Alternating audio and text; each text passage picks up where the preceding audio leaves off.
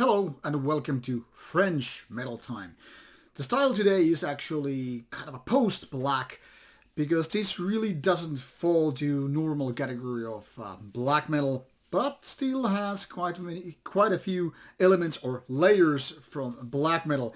This one is called In Cauda Venenum, and there are actually a couple of these bands from Lyons, France. The other one, the older one, seems to be of death metal, and this one, the newer one, is, well, post-black. Curious enough, both of these bands actually have the same album, that is self-titled one, so you might be very easy to confuse these bands with each other, considering that they both have the same name, from the same city, same country, and all that stuff.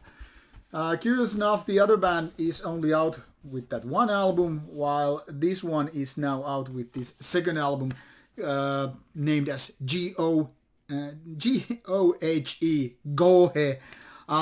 What lies behind this rather uninteresting name is a person from United States, a woman who was strangled and raped dozens of years ago, and this lady, whose name I really have to once again read from there because I really didn't remember, Geneva Odelia Hilliker Elroy, or just Jean Elroy, happens to be mother, or was mother, of known author James Elroy, who then again later on ended up a writer creating famous books, including Black Dahlia and L.A. Confidential, later on also filmed by Hollywood movies, or done into Hollywood movies. So this is how G.O.H.E.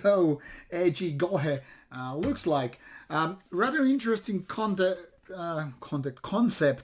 with this album, considering that a French band is taking a look at the American author, who is then again son of this murdered poor woman. Rather interesting and rather unusual take, and I don't know if it makes much of a sense to name a release like that, but what do I know? The story within is more interesting than how it's named and how the album cover looks like. Anyway, here you have the metal archives for In Cauda Venenum, the post-black metal one, and as you can see, 2 albums out plus 1 split. Members are here listed as a 3-man band. Now, what makes this album rather interesting and kind of weird is that all the texts here included, which you probably already noticed, are in French. And as such, if you're not a French-speaking person, it might be rather hard to get into the proper feeling of the album. Then again, there are lots of spoken parts in English, obviously, which then again tell this story by James Elroy and his mother, and what became of her. But I mean, it's kind of hard to follow the whole thing here because it's partially in English and partially in French, and nothing really here just explains the story more than that. Just a few illustrations and all that. So it becomes kind of a I don't know, confusing mess of things. Now, even confusing it kind of gets with this album because, well, to be honest, post-black metal is a marginal style of music. Now, when you have it made like this, like 2 songs with 44 minutes, so you have essentially a couple of really lengthy tracks, which then again are not led by any of these key instruments or parts here. Like, they all are more like in a background role. For example, these vocals, which are not too many, they're kind of screams in the background, kind of like mediocre black metal screams, but they're not dominating it. So it's not like it's driven by these singing parts, nor it's driven so much of those guitars, which are then again not leading you anywhere. They're more like creating this atmosphere and just leaving it to that. Now, there are some other instruments. I am not really sure if they're cellos or violins.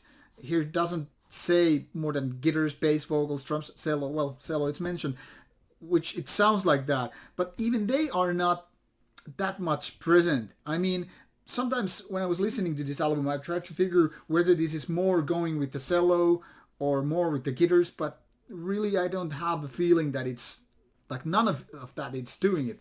And same applies to vocals. So it's more like everybody's just kind of avoiding to taking the lead, which is kind of a typical in metal music. You either lead the music with vocals, say heavy metal, or then at least you have some kind of a guitar riffs which take your leading role. Like, okay, you bass and drums, you just follow my command and let's go. Now everybody's like, okay, let's avoid this conflict.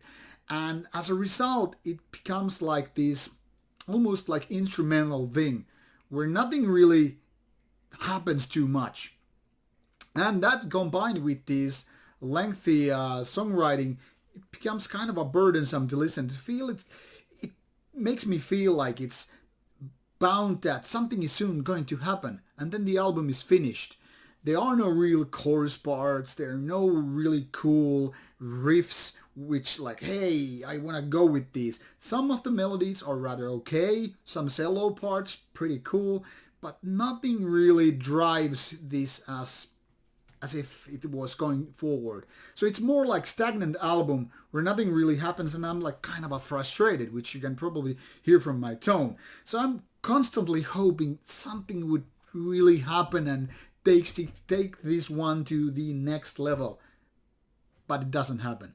And after a few spins, I still feel rather empty and unmoved. The spoken parts kind of promise there is supposed to be this sort of a crime story, a tragic story of a boy, 10 years old, whose mother got killed and all that stuff. But because of these texts are in French, and obviously you really can't listen to them because you're not a French-speaking person, it all makes you feel like there's supposed to be this cool story, but there's nobody to tell it. Not with the guitars, not with vocals, not with the words mentioned here. So I don't know, maybe the audience is just French people who are ready for this kind of a argy, marginal post-black metal. For most of us being metalheads, I think this album will leave you with a just blank stare and you're like, alright, yeah. So a mediocre album in my opinion, with some cool ideas here and there. Can't really call it bad, but it's more like a background music rather than anything else. With these words, obviously, go listen for yourself.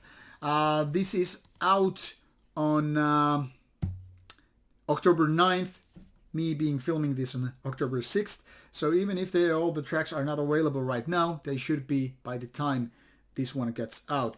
So take a listen and hope you enjoy it. Bye bye.